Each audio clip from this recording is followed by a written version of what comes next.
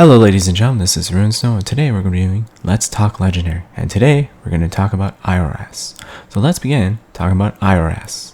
So Iras is actually the god of victory. There's actually not a lot of information on this god. Basically he is from Theros and is inspired by the goddess of victory Nike from Greek mythology. So Iras is the god of victory and honor, often taking a form of a centaur, though as you can see in the picture, it's sometimes the lower half is being a bull. He governs bravery and valor in battle, which can also be associated with warfare. Iras actually has a twin named Mogus, who is actually the god of slaughter. Mogus commands the dark side of war. Often, Iras and Mogus are always sparring with each other. Iras is actually the patron of Akros, which is located in the Katkachan Mountains. He's actually established the Iron games, in which many of the MTG cards are related to. So believe it or not, that's actually all the information that is about him, and he's actually represented in one card, as you can see, Iros, the god of victory. So his card actually costs 4 mana for a 7/4, and it's an indestructible, and as long as your devotion is red or white, is less than 7, it isn't a creature, which is really cool because the white and red can be associated with his twin Mogus. Creature control have menace, prevent all damage to be dealt to your attacking creatures, again, which is really cool. I like this legendary card, it's pretty fun to play with. It's not the best, but it's fun. Now there are many cards associated with this guy, so let's begin. So the very first card that we have is Armory of Iras. As you can see, it says equip 2, and whenever a creature attacks, it gets a +1/+1 counter. And the cards are really cool. As you can see, it's the shields and everything that is associated with Iras. So let's move on to next. So the next card is Favored of Iras, and its the ability says Constellation. Whenever an enchantment enters the battlefield under your control, Favored gains double strike until end of turn. And the purple, temporal thing behind it is probably the ability from Iras, because he is favored, right? Which makes total sense with this picture, and it says the promise of victory fills my heart. There is no room for fear. So the next card he's associated with is Hero of Iras. It says Aurora spells cost 1 less to cast, and it says my left has failed the Cyclops. My right has slain a giant. I bring both to every fight.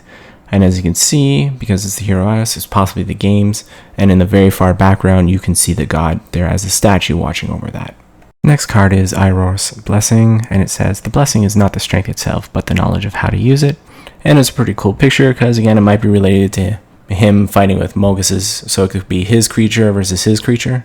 And either way, it's a really cool picture, and it goes well. So the next card on our list is Aurora's Champion, and it says, accustomed to battling before an audience in the arena, Aurora's Champion know how to put up a good show. Again, it goes related to the Ironian games.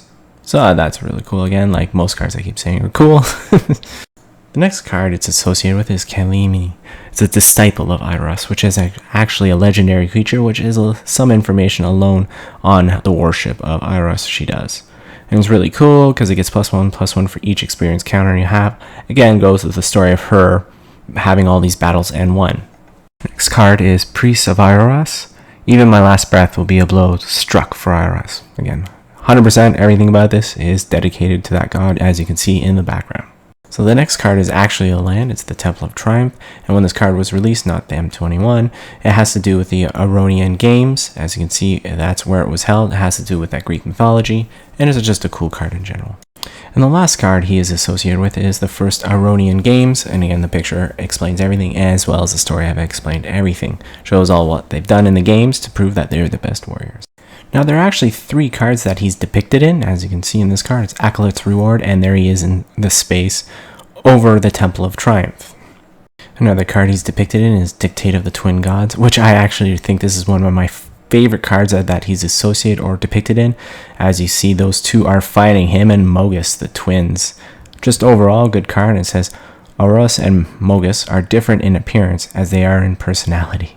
And the last card he's actually depicted in, as you can see in the picture, and there he is with Indomitable Will, charge bravely, fight selfishly, act honorably, Iros will watch over you. Vernus, Priest of Iros, and there he is watching over the body. Good card. So he's actually only quoted in 2 cards, and the first one is Arena Athlete, and it says, the Ironian Games award no medals, athletes, via for a visit from the Iros, the god of victory. Makes sense, it's in the Temple of Triumph, there he is fighting. Perfect card. And the last card Iros is quoted in, it says, only a fool takes Phoenix as his word. What do you expect from a god born of lies and betrayal? Vernus, Priest of Iras. Perfect, makes sense. So I hope you guys enjoyed the video, and welcome to watch more Let's Talk Legendary videos on my channel. Have a good day and a good evening.